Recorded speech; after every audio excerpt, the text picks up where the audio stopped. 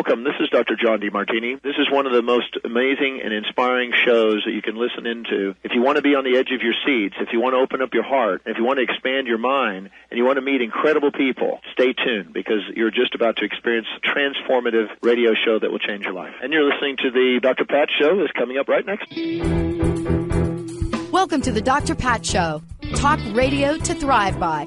Powerful, inspiring, and coming to you live, bringing you stories of people like you and me, busting through and living life full out. Get ready to dare to wonder what your life would be like if you knew you could not fail. Hello, beautiful lights. Welcome to the Dr. Pat Show on Transformation Talk Radio. I will be guest hosting the show today. My name is Kimberly Barrett. I'm from the Sharing Love and Light show on Transformation Talk Radio. If you're listening on Facebook Live or watching this on YouTube, please click like and subscribe buttons.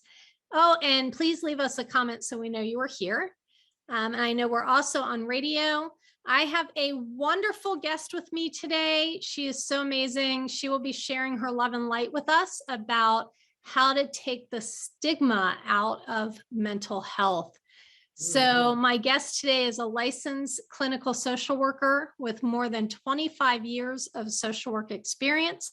She is a nationally certified dialectical behavioral therapist. She's also considered an expert in her field. She is the creator, owner, and CEO of the Middle Path and Company, and a board member of the East Tennessee Mental Health Association. So welcome, Hope Reneau. Hey, Kim. So happy to be here with you today. I am so excited to have you on here. I have been wanting to interview you for so long. Right. So we were talking a little earlier about what is the need for mental health right now? Why would we even need to care? Yeah, I mean, where do you even begin with how things have been just in this past almost 2 years, right, for our whole world, and how people have been influenced with the pandemic. And what we have seen is that the need for mental health treatment has absolutely skyrocketed. And I think it's fair to say, unfortunately, that we all are living in a new normal and that we all have experienced some level of trauma from this pandemic. And so when you put that with people who were initially struggling with any mental health issues, unfortunately, that exacerbated how they were feeling. And then the awakening has come that people who have never experienced depression or anxiety before started to experience it. And I had even friends of mine calling me up and saying, now I understand what depression is. Now I understand what anxiety is. I never had it before, and I'm feeling all of this. And so it's really woken people up to being far more sensitive and connected to mental health issues. And what do you think the stigmas and blocks are to actually getting the help that people need?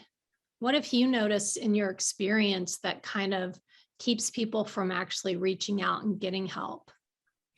Unfortunately, I think there's still the idea of this weakness that is out there. And of course, we see it across different cultures as well.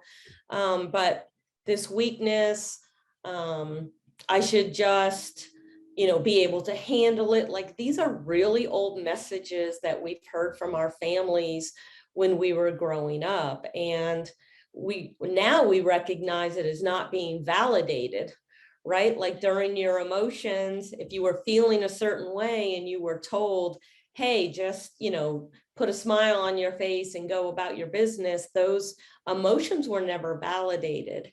And so that has continued on to the current generation, though I do see a lot changing with our younger generation. It's starting to change. Yeah. And I love what you're saying, because I was working with a nurse who was already stressed out. She worked the ICU, I believe, before the pandemic even hit. Wow. And so she was not getting the mental health services that she needed prior to it hitting, and then finally sought out help, after completely falling apart basically and finding out she needed help. And it's exactly what I heard you say, that people think that it's a weakness to have to ask for help, or it's a weakness to just feel your feelings, that you're supposed to push through everything. And we're finding that push through doesn't work anymore, like Right. it works to a certain extent, but it doesn't work anymore. And I love that you mentioned adolescence. I know that your treatment that you're offering at the Middle Path works with adolescents. So talk to me about their experience and how they are. Yeah, so there has been such an increase in the needs for adolescents that we were actually able to offer a variety of groups. So broken down into ages 11 to 13 in one group, which is a nice developmental level for them. And then what we found last year when the pandemic had started, that, kids that were going into high school as freshmen, these 14-year-olds, they have this high expectation of my freshman year, like this is going to be incredible. And then wham, school shut down, the video classrooms, as we all know about, it really was difficult for them. So we were able to see the community had that need. So we were able to group the 14 and 15-year-olds together in one group, and then 16 to 18-year-olds. So those 18-year-olds, even though they're adults, they were still in high school. So we were able to kind of create those three groups, but the need is so strong still. And they were very isolated. We know that teens are social creatures, and they were so isolated with the video being home, parents not letting kids get together. So it was really difficult for the kids last year, and continues to. And you've been able to break through those barriers and be able to reach out to people. So you're talking about really noticing a lot of the what's coming up for people, the anxiety, the stress, the depression. And we think we're just supposed to kind of push through it and act like it doesn't exist. And I know that we just talked about, or at least when I introduced you, that it's dialectical behavioral therapy that you've been offering to the world, which I just call you the queen of dialectical behavioral therapy.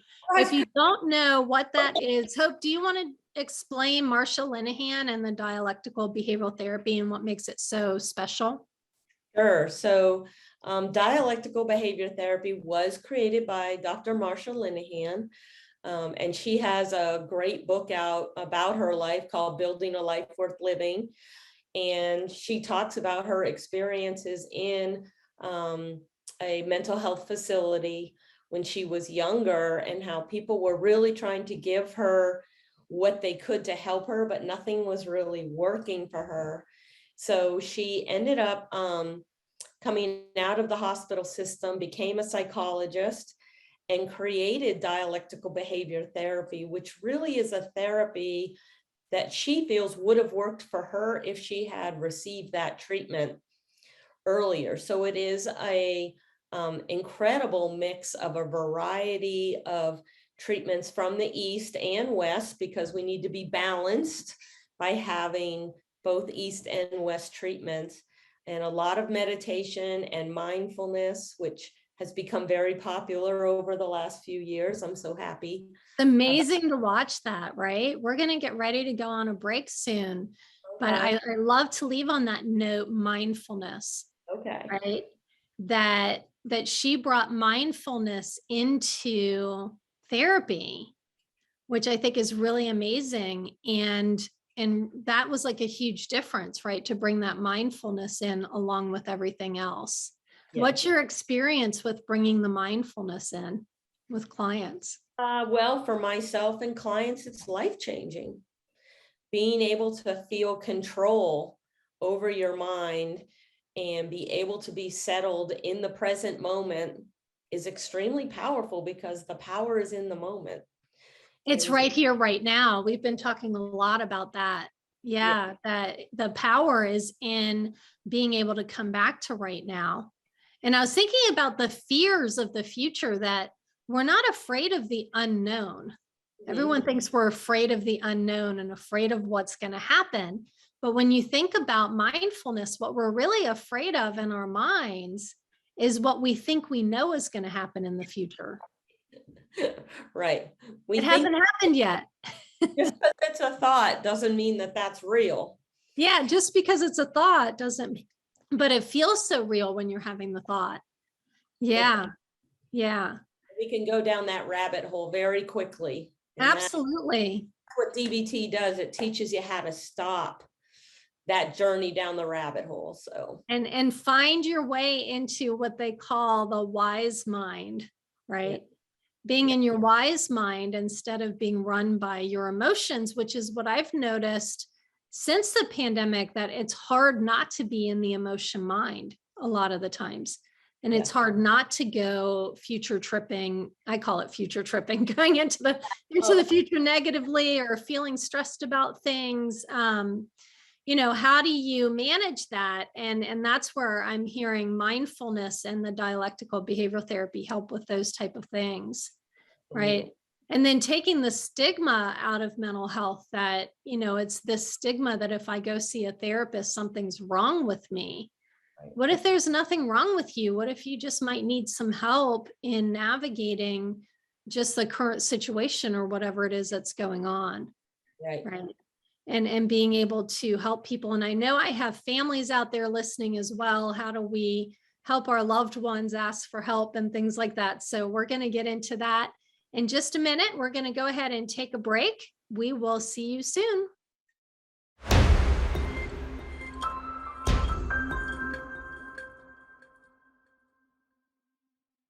Welcome back to the Dr. Pat Show on Transformation Talk Radio. Again, I am Kimberly Barrett, your guest host from the Sharing Love and Light Show on Transformation Talk Radio. Before we get back to the interview, I want to make sure you know how to reach me. You can go to my website and check it out at sharingloveandlightshow.com.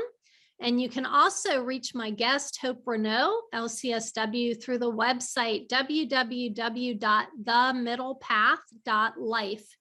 So we are back with Hope Reneau. We're talking about how to take that stigma out of mental health. We're also talking about one of my favorite topics, which is dialectical behavioral therapy and mindfulness. So Hope, tell us your story on how you got into dialectical behavioral therapy and mental health. Sure. So it really started back when I was living in Southern California, where, do you need to say more? There's a lot of things that begin in California and kind of move towards the east. So I have been involved with yoga and meditation, and had taken an initial course as part of a training that therapists are required on dialectical behavior therapy. And it absolutely clicked and made sense in my mind. And it was interesting. I always considered myself a nice person.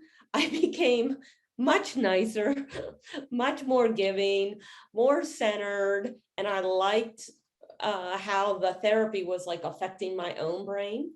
So when I came to Knoxville many years later, I was able to become certified in the therapy and teach it at a local hospital here in Knoxville.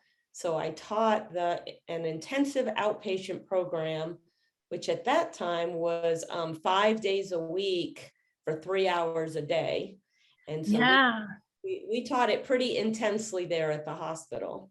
And I know that you had been doing dialectical behavioral therapy, which normally takes a year to really walk people through as a DBT therapist, that you're teaching them how to be core mindful and how to regulate emotions and all those type of things. And you took that and packed it into 20 days, right? and highly effective therapy, right? Yes. Yeah. Evidence-based therapy as well, which is important. Yeah, because Marsha did all the research, right? It's evidence-based therapy that she made sure she did research And to put a plug in, she worked with a really, really difficult population that was highly stigmatized.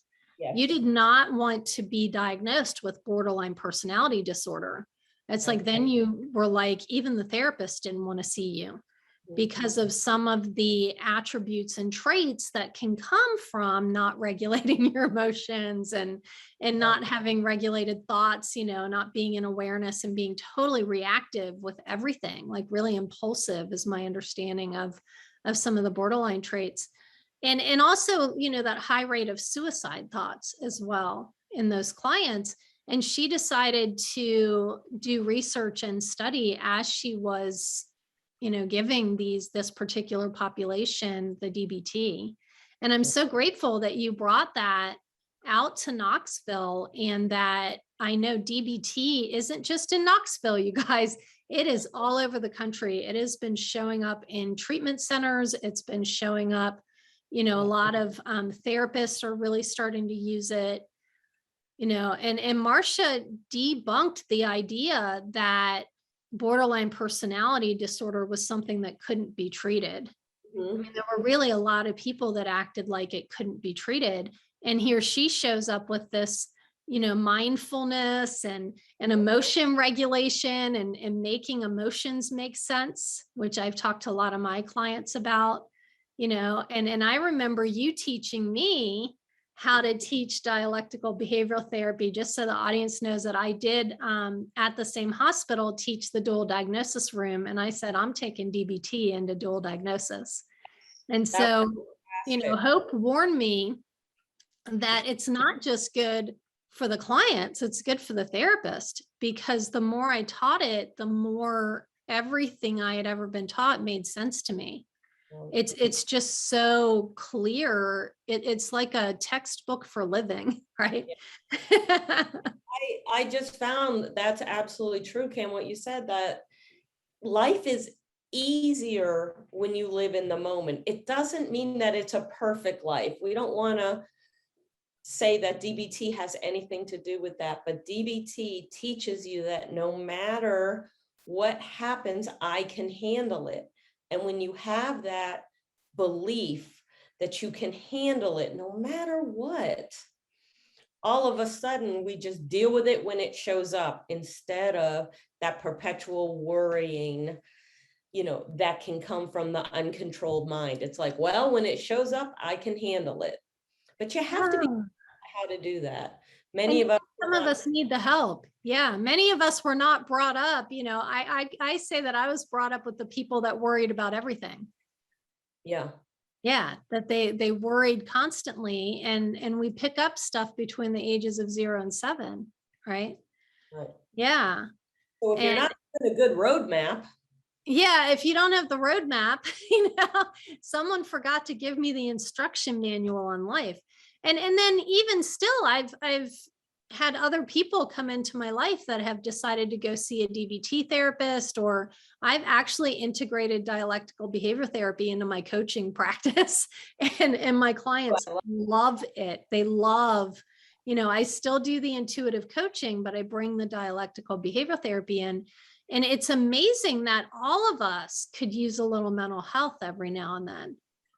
Right. And I think that's a really important point, that DBT is for everyone. You don't have to have a clinical diagnosis to learn how to regulate some of those emotions and to decrease our impulsivity and our reactivity. I mean, we see it all over the news, impulsive and reactive behaviors that make bad situations worse. We get into our emotion mind, and what happens? The emotion mind starts running the show. And then we're doing these, people were like, I don't understand why people are acting like that. And I looked at them and I said, well, they're in their fear mind. And when we're in our fear mind, we're not making logical decisions. We probably don't even have access to logic mind when we are in that level of fear or stress or anger or whatever it is. Right. And it's hard. It's very hard when those emotions are really washing over us. How do you stop, take a breath, reflect, and bring in, a logical thought? That's really difficult to do if you don't know how to do it. And that is why DBT is so incredible and powerful, because it teaches you step by step how to actually do that process successfully, over and over until it becomes a very... It breaks down the mindfulness. It really broke down emotion regulation to me that, for a long time, I guess I grew up in a family where it was like, you made me feel, right? And then if you look at emotion regulation, and I think this is a lot of law of attraction, if there's law of attraction followers out there as well, Abraham Hicks, and changing your life, manifesting that, once you start to be mindfully aware of your thoughts, you can recognize that your thoughts are creating your emotions. And then your emotions become an emotional guidance system that if I'm in that negative emotion, I might want to check my thoughts. Mm-hmm. And then I love what you said, that if you're out there and you've been impulsive and reactive, it's learning how to take that moment to pause and noticing those action urges instead of acting out on them. And I know that helps a lot of people, PTSD being a part of that as well, that, there's a lot of skills that need to be learned when you recognize that, oh my God, it's the past that I'm in. Right. I'm reacting to my past, not to the present moment. Exactly. So it's a lot of work, DBT, and how effective your life can be because you did the work. Yeah. And you just said the thing that just makes me so happy. And I'll share with the audience today that as I started learning dialectical behavioral therapy and learning about it and teaching it and getting more and more into mindfulness, it's called the middle path because you start to learn how to walk a middle path. And I think this is for all of us, especially when stuff gets stirred up, right? And we won't get into it on here, yet everybody knows that, when politics stuff gets stirred up and there's a lot of like drama that goes on, it's because we're in that all or nothing thinking. Mm-hmm. And what happens with dialectical is both and. Yes. Right? There's no one right way. There's, two opposing forces that we can hold at the same time. It's 100% accepting yourself and working toward change, right? Right. I like to give the example. There's a couple examples I like to give when you're having a conversation with someone. I love you and I'm angry. I love you and I'm angry, right? I love you and I can express that I'm feeling hurt. Exactly. Yeah. Exactly. Yeah. So, you're trying to work on dieting and then someone walks by with a donut and you're like, ooh, I want that donut. And it's like, well, yeah, there's two things happening at the same time. They're both true. I'm working on losing weight and I want that donut. So holding it instead of judging, And I know one of the premises for all of this is, that all people are doing the best they can, yes. With what they've got. And when you start living more mindfully, you're in more awareness and you can make decisions and then not have to beat yourself up later for making that decision. You did the best you could with what you had in that moment. Right. And then move on. That's a huge challenge for people, Kim, because they don't know how to stop judging themselves and judging others. And on that note, we're going to come back to that in the next section, because I think that has to do with the stigma and the not getting the help that you need, as well as all the judgment that's around all of it, right? We judge ourselves, we judge others. That's beautiful. So hold that thought. We're going to go on a short break and we'll see you soon.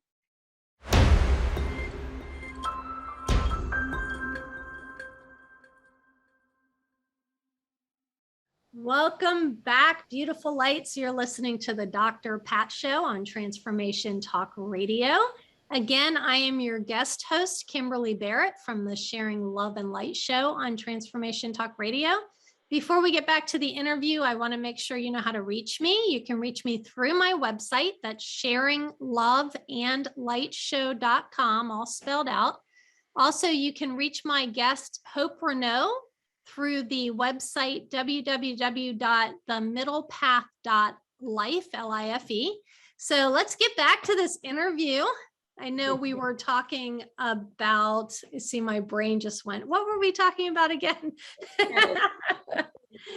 We were talking about judgment. And isn't that one of the stigmas that gets in the way is the judgment? So Hope, talk about how judgment can block people from getting the help they need, and then maybe help our listeners in individually for themselves overcoming that, and also how they might be able to help family members with that. Right.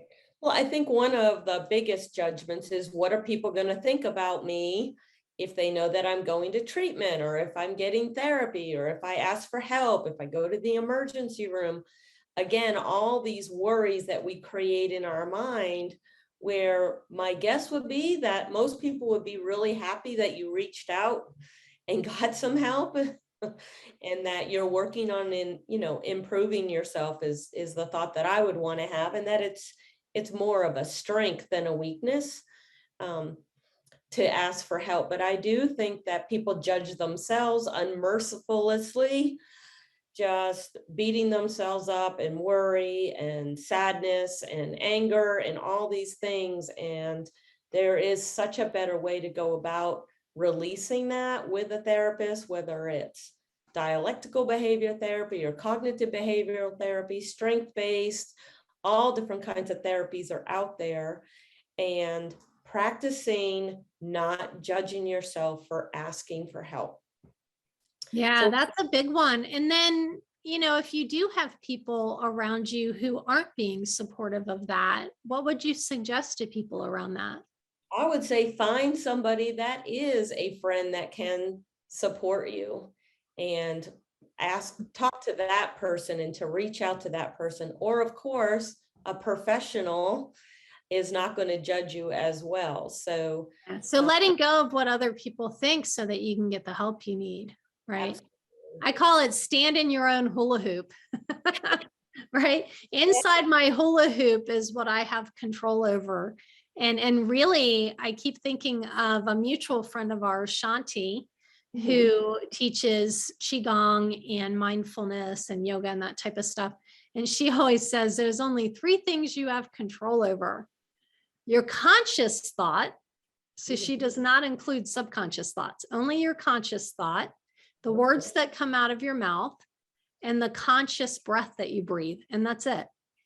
Everything else is outside of your control. That includes anything going on with other people, right? And what an easier way to live if we believe that down to our core, then we can really let go and not worry about other people's judgments. Because do we really know what they're thinking, Kim? No, we can't read each other's minds.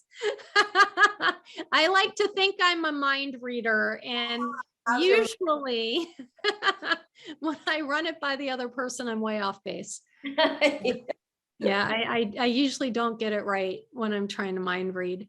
Me neither. So yeah, and a very important lesson to stop that.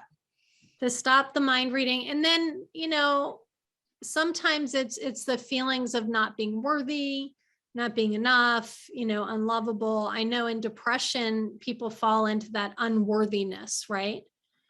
In that it takes a lot of courage and a lot of strength to go against that and actually ask for help and go get the help that you need. Yes. And I had one woman sharing culturally that in her family and culturally in her whole community, you don't ask for mental health because what's in the family stays in the family, right? And that just perpetuates the sickness, right? Yeah. And the other problem that I think we have, especially right now with the pandemic, is that there just are not enough therapists, clinicians, programs out there in the community to help all the people that are coming forward and saying, wow, I'm really experiencing these symptoms either for the first time or I've been triggered due to the isolation and the mounting fear that's out there. I'm being triggered. Who can I go to? And so many people cannot find resources in their own community. Yeah, because things are filling up. So hopefully there's people out there who have really worked through things and are starting to step forward and become therapists as well. Right. Yeah, hopefully that'll happen. And I know sometimes that stigma, how do you help your loved one? Because we are powerless over other people. How can we be supportive and loving and help them overcome that stigma around mental health and support them in reaching out for help? Do you have any suggestion? Because I know you've had friends that, most of your friends have been pretty healthy, right?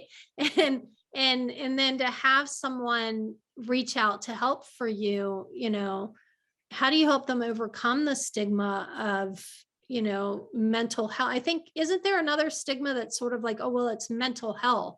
You have to be really bad off to want to go get a therapist. Right. Right. And I do think that is decreasing, but I was on a call today with a friend concerned about her son. So I do feel like people are reaching out and are asking for help. So that's a wonderful thing. But I think the most important thing I would say is to create space to listen. When someone is coming to you and saying, I'm not feeling well, or I need some help, instead of jumping and trying to fix it. Stop sign, stop And listen to what the person has to say. Give them an opportunity to speak. And instead of jumping to conclusions, validate that this must be difficult to say to me, or that it takes a lot of courage to bring this to my attention, or to our relationship, or this brings me closer to you, knowing that you can reach out to me. Any kind of supportive, encouraging, validating words, I think, is a great way to start, and to let the person know that they're safe. I love that you brought that up, because part of intensive outpatient is to have family involvement. Yes. And I know with families, it's really hard to watch someone else go through depression, anxiety, trauma coming up, those type of things, panic attacks, watching them go through that. And I know when I did substance abuse treatment, it is really hard to watch people really hit their bottom when they're in any type of addictions, whether it's substance abuse, food, whatever it is, to watch them in that addiction. And I think the biggest thing is what you just said, is practicing mindful listening. Mm-hmm. So I'm not going to think about what I'm going to say, and I'm guilty. Sometimes I'm thinking about what I'm going to say next, right? Instead of really mindfully listening and then being able to repeat back what you heard them say. Right. And actually validate people's experience, whether you agree with it or not. Right. That you're validating them and you're validating their experience. Right. And I think that's super hard when you really care about people, because how many of us want to just jump in and fix it? I want to fix that, right? I love that person. I don't want them to suffer. I want to fix it. And everyone that I've talked to that's been in that space where they really need to ask for help, it's so invalidating to not be validated first before the fix it comes, right? So the validation, the listening, the validation first is the best way you can help. And I think that takes the stigma off of it as well. When people come to you and they're suffering, and you mindfully listen and you validate their experience. Because they were so worried about what you were going to say, what you're going to think of them, and how you're going to respond. Yeah. Right. And so anything supportive of just even holding space for them, and just being quiet in the moment, and just being present, that alone, fully present without your phone, right? Let's say that again, fully present without looking at the phone. And the person hasn't even, need to say. One of the things, I'm glad that you mentioned the family education, because so many times when we've been running the family education nights, the clients will say, I've been telling them this. This is how I feel. It's not, depression is not an attitude. Depression is not something I'm choosing, but when oftentimes when family members get in front of a professional, they hear it differently. They hear it better. Yeah, sometimes that happens. Yeah. And I love all of that. We're going to need to take one more short break. And when we get back, we'll wrap up our conversation around taking that stigma out of mental health and some of the best practices we can use in these times. So we'll be right back.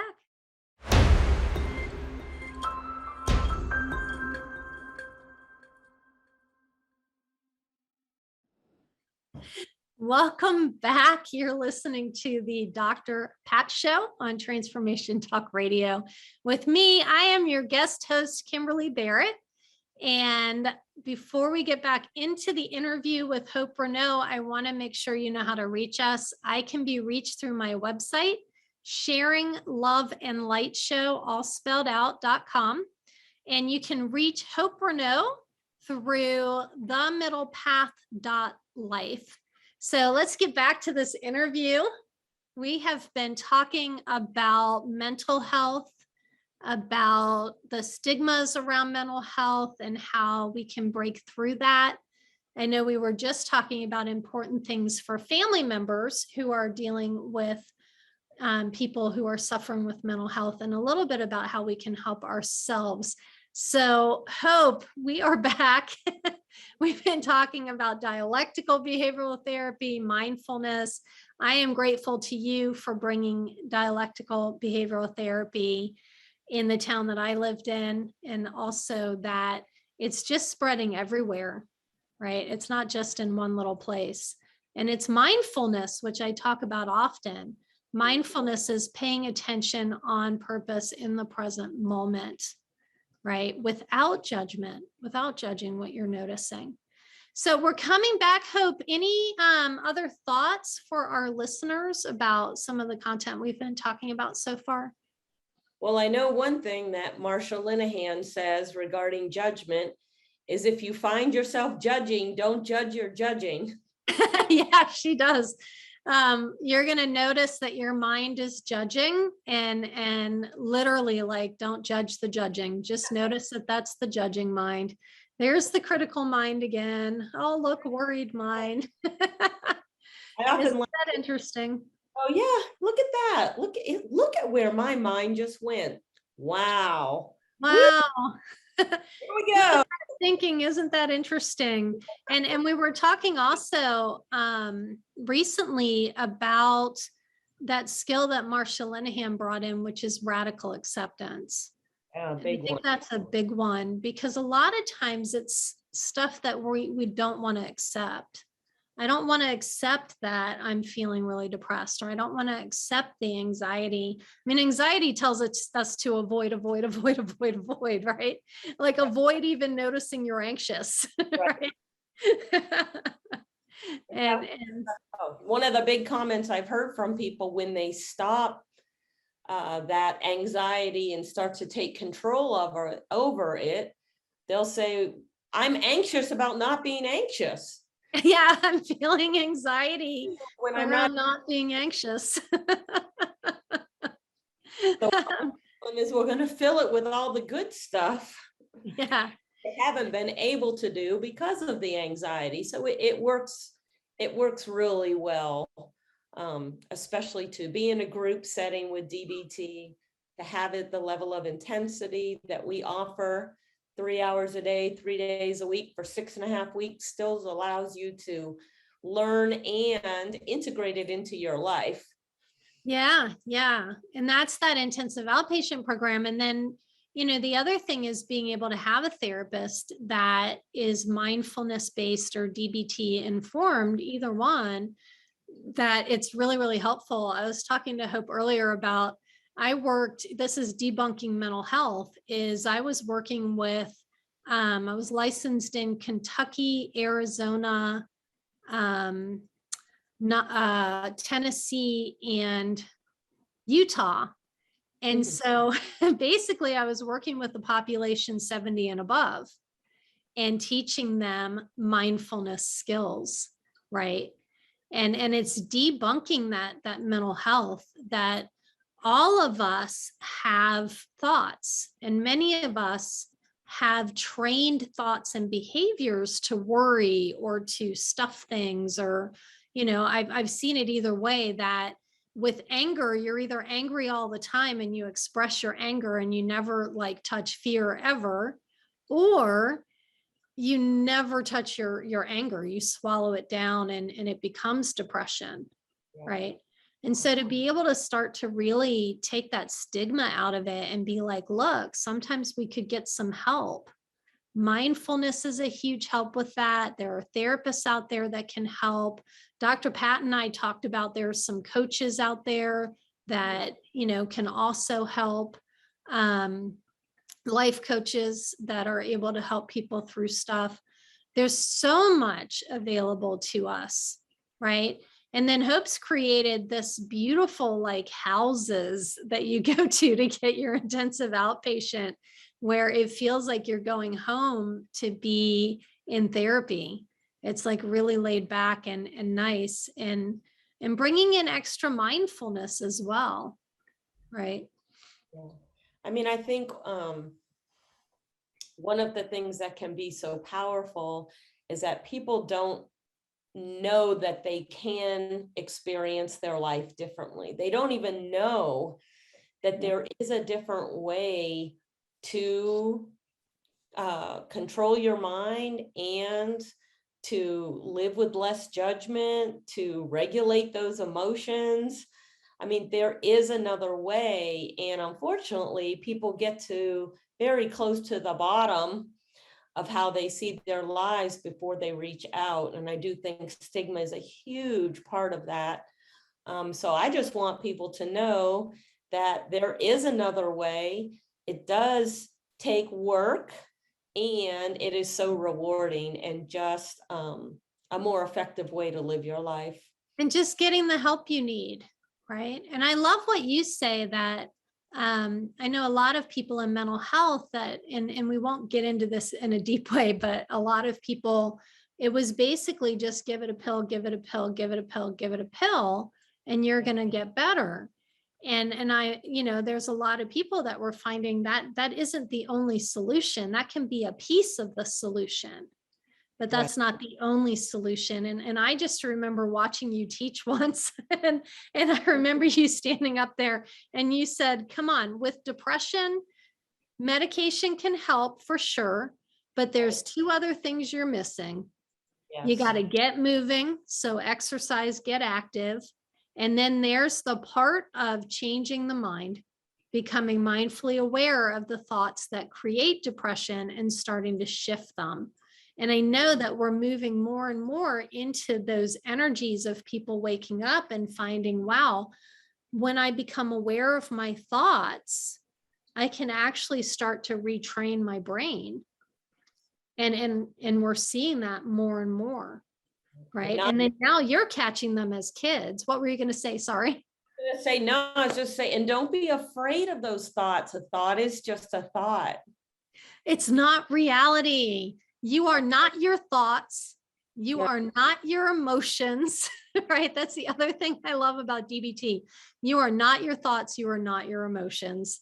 So Hope, tell us just one thing you'd like to leave us with before we completely wrap up here. Well, just going off of what you were just saying about those three things, one of the messages that I love to send out to our clients who come in is if your medication is PRN, right, which means as needed, that we want to use skills, DBT skills before the pills. Yes, right? Skills before the pills. And our mutual friend Michelle used to say, more skills, less pills. Yeah. Right? And notice it's not no pills, right? Sometimes it's necessary, and yet we can really move on. So thank you all for listening. We are going to close it up. If you're listening on Facebook Live or watching this on YouTube, please click the like and subscribe button and leave us a comment so we know you're here. The next episode of Sharing Love and Light Show will be on the first Thursday in January. So save the date for January 6, 2022, 4 p.m. Pacific, 7 p.m. Eastern on Transformation Talk Radio. I know Dr. Pat will be back at least next week. Happy holidays and Happy New Year. We will see you next year. Thank you, Hope.